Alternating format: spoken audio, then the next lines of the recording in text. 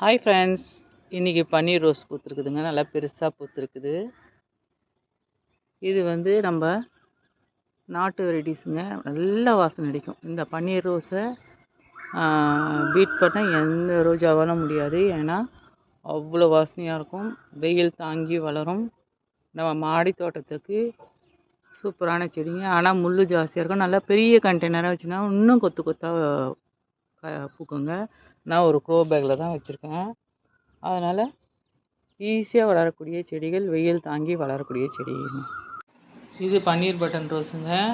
பன்னீர் ரோஸை விட பாதி சைஸ் இருக்கும், வாசனையும் பாதி இருக்குங்க. அதனால தான் இது பன்னீர் பட்டன் ரோஸுங்க.